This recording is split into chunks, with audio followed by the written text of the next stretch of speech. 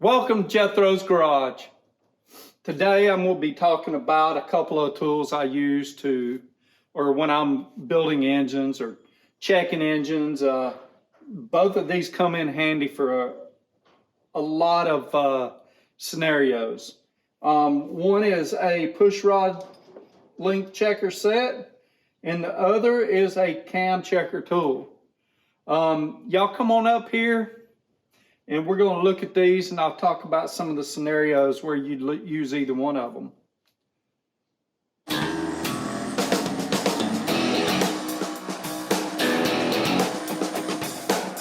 So we've got the push rod length checker set from Comp Cams, number 7705. Here's kind of what it looks like. Comes in a bag like that. And it has multiple push rod length checkers. So you'll see on here on this one, it goes from 8.8 to 9.8. If you'll look right there, there's a line. And every time you turn this and you get back to that line, it is a certain amount. Now, I should have looked it up so I knew what it was, but I didn't.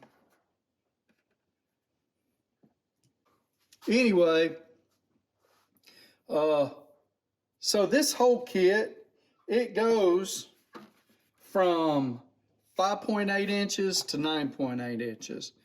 So like this one's 8.8 to 9.8. This one's 7.8 to 8.8. We got 6.8 to 7.8. And last one is, I don't know. And I'm not, honestly, this is like so this is 5/16 inch and this is 3/8 inch. Shows us how big around or check what size push rods we need, whether they're 3/8 or 5/16. So you're asking me, James, what do we use these for? Well, let's say I am changing heads. Maybe I'm changing heads and I'm changing rocker arms. Well, sometimes in there, geometries change. Or maybe I went from flat tappet to flat tappet to roller lifters. Well, sometimes the geometry changes. So you can use these to dial in, to figure out what your perfect height is for your push rods and buy that push rod for it. Now for me, look, probably someone thinks I'm a big dummy because I don't know how much each of these turns is. And it's a set amount. But what I do is I take a dial caliper and I measure this to get my size. That's how I've been doing it. I don't trust that because I don't trust it. I think it's more accurate for me to check it with a dial caliper. And that may be dumb, may not be, but that's how I do it. So this is a push rod. So this is a 6.4 inch push rod with a 080 wall thickness. This is a, see, is it a 3/8? Nope. Is it a 5/16? Yep. So that's kind of how we use that. It's a nice little kit to have. Now, what can I do if I don't want to spend $112.95 on that? Well, I could take me a push rod and I can cut it. And then I could weld me a nut into one end of it and a screw into the other end, and I can use that to get my height from them.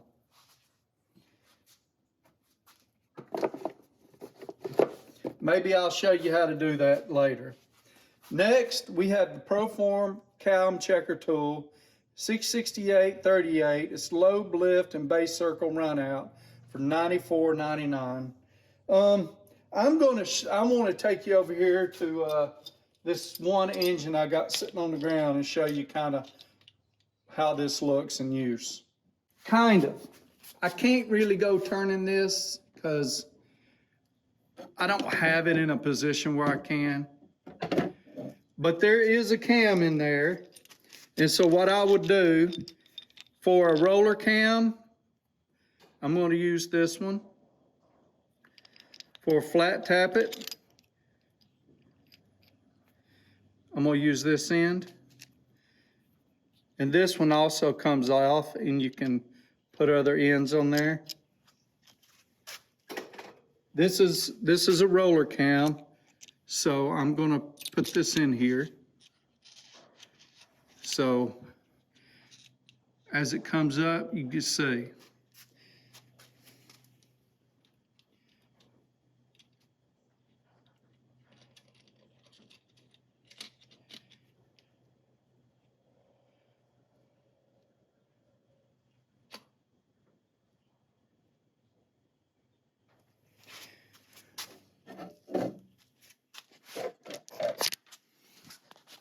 So what I would do is I would put this in there. I would make sure it was locked, everything was locked down. And as I turned the cam, I'm going to simulate it. I would lock it to 0. I would bring the 0 over here. And as I turned the cam, it would move with me. So let's say I've got a cam in there. I don't know what the base circle is. I don't know how to find it. Well, this is how I find the base circle, but maybe I don't know how much lift it has or anything. So I could measure all that with this right here. I could also use this in conjunction with my cam and my degree wheel and everything to make sure that what I'm seeing on the degree wheel is really what the cam is doing. I know that's clear as mud, and it's hard for me to show you more right now. Let's go back over here and we'll talk about it. So when I go start degreeing in my cam, we'll talk about all of this a little more. I am going to have to double check my push rod length to make sure that my new setup is close or the same as the last. They barely done anything on my block, but as far as truing up the deck, but that doesn't mean that the other deck hadn't been cut down a significant amount. So whether I'll be able to use these push rods, reuse these push rods, I don't know. They're in good shape. None of them are bent. Everything looks good. None of them are mushroomed out. Don't have any weird wear on them or nothing.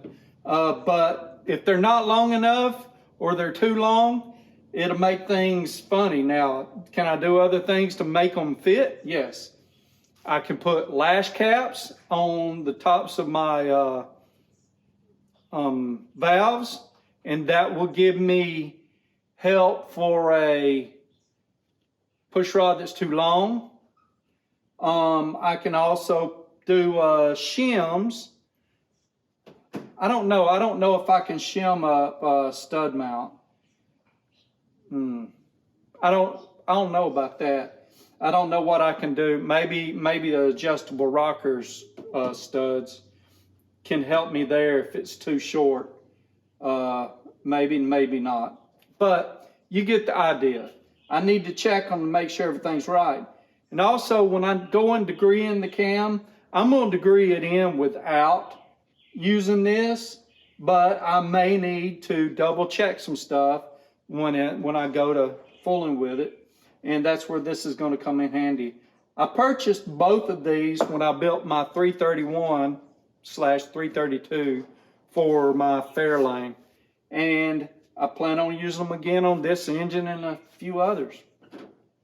Appreciate y'all listening. I hope that was fairly clear. If it wasn't, I apologize.